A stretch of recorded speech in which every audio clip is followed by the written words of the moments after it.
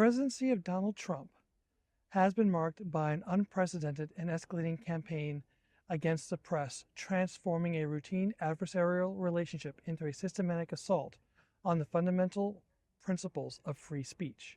This abnormal escalation is multifaceted, involving not only the public denigration of journalists and news organizations as enemies of the people, but also the aggressive deployment of legal and executive power to induce fear and self censorship. Trump's primary objective in this legal barrage, suing multiple news organizations, is not necessarily to win every case, but to leverage the financial and procedural burden of litigation to create a pervasive, chilling effect on free speech. By demonstrating a clear willingness to litigate, he signals to all media outlets that negative reporting will come at a prohibitively high cost, effectively intimidating them into self censorship and discouraging critical scrutiny of his administration. This pressure manifests in palpable ways, such as the widely reported decision by a network editor to pull a 60 Minutes segment. The stated reason? Insufficient White House comment highlights a dangerous new precedent. It effectively grants the White House a veto power over news stories by simply refusing to engage or provide comment. The administration can stall, weaken, or outright kill a piece of investigative journalism. This dynamic warps the role of the media from that of an independent watchdog to a system requiring tacit approval from the executive branch. The media assault is not an isolated tactic, but a central component of a fundamental and arguably the most significant switch-up in American political history. Candidate Trump campaigned on a platform of economic populism, repeatedly pledging to fight for the average common American, grappling with economic hardship, promising to focus on affordability, and to drain the swamp. Upon taking office, however, his governance rapidly inverted this promise.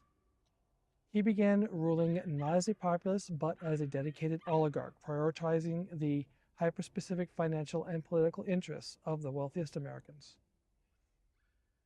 his key donors, and what has been termed the Epstein class. As an oligarch, his administration actively sought to dismantle democratic safeguards. The effort to strip away free speech extends far beyond media corporations.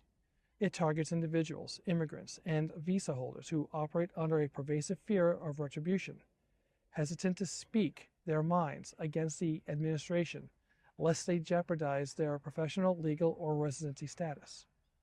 This environment is cultivated through a dizzying flurry of lawsuits against the various institutions, law firms, universities, and companies that challenge his authority or policies.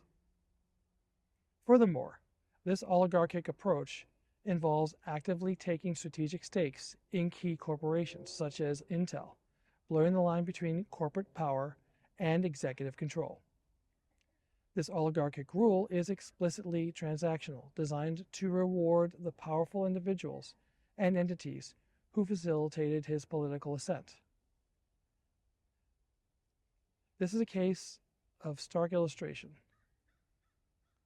Musk spent an estimated $44 billion to purchase and rebrand Twitter into X, a move widely seen as providing a key platform for Trump's election efforts by creating a less regulated environment for his messaging. In return for this enormous investment in political influence, Musk expected a clear return on investment, or ROI. This ROI materialized through multiple channels, including favorable government contracts for his company SpaceX. More significantly, it included a guaranteed 120-day period of unprecedented influence within the White House. During this time, Musk successfully pushed for significant policy changes, most notably the deep cut of USAID, money designated to help other countries, which is a critical tool for U.S. soft power and diplomatic influence. The savings generated by cutting the aid were not returned to the average American, but were instead used to provide even more substantial tax breaks for the wealthy. This legislation reached a point of legislative absurdity, allowing business owners to write off luxury items used for personal reasons, such as a third yacht or a private jet. This legislative package underscores a governance structure focused exclusively on enriching the top 10% of the economic ladder.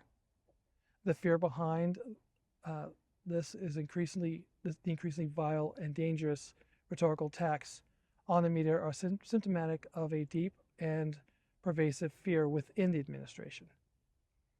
Trump's recent comments, including calling late-night host Stephen Colbert a dead man walking and suggesting CBS should put him to sleep, are not merely crude political insults. They are direct incitements and veiled threats. Every act of authoritarianism emanating from this administration is a clear sign that they know they have betrayed the American people who place their trust in them. They are fundamentally terrified of accountability. This fear is the engine driving the systematic attempts to stifle free speech from the media, which reports on their actions, free speech from the citizens who can organize and protest, critical thinking from academics and institutions, which analyze and critique policy, transparency regarding politically damaging information such as the full Epstein files, accurate economic numbers, which led to the delay, and even scrutiny of Trump's age and health.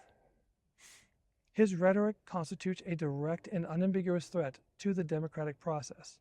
His posts suggesting that news organizations and late-night shows that are 100% negative to him should have their very valuable broadcast licenses terminated is an authoritarian tactic ripped directly from history. It is the modern-day equivalent of President Nixon threatening news outlets covering the Watergate scandal. The strategic power of threat lies not in its execution, even if no broadcast license is ultimately revoked. The mere possibility is potent enough to shake the confidence of cable executives, media investors, and corporate advertisers, further promoting self-censorship. Ultimately, the policies and practices of the Trump administration have effectively manufactured two distinct economies within the United States. The first being the oligarchic economy, the top 10%. This economy is tailored for the rich, the unaccountable, and those who do not rely on public services like healthcare. This group, including those who may have been involved in reprehensible acts like the abuse of girls with Jeffrey Epstein, are the beneficiaries of extra special treatment, tax breaks, and favorable policy decisions. Then there is the populist betrayal economy, the bottom 90%. This is the economy where the average American who voted for him reside. It is an economy defined by stagnant wages, rising costs, and a lack of political representation, as all resources and policy focus are dedicated to the top tier. Trump's ongoing, incessant, and wide-ranging attacks, which did not begin with Colbert and will not end with him, having previously sued YouTube, CBS, and ABC, are desperate and multifaceted attempts to consolidate absolute power by stifling every voice that seeks to expose their lies, their corruption, and their fundamental betrayal of the American people and the American promise. The administration seeks to operate in the shadows, free from the accountability that is the lifeblood of a functioning democracy. Eugene Victor Debs said, "In every age it has been the tyrant, the oppressor, and the exploiter who has wrapped himself in the cloak of patriotism or religion or both to deceive and overawe the people." That's all for this week.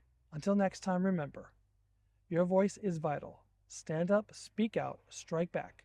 They don't know what they started. If you appreciate this content, please like, share, and subscribe. For updates, ring the bell. Your support truly helps the channel.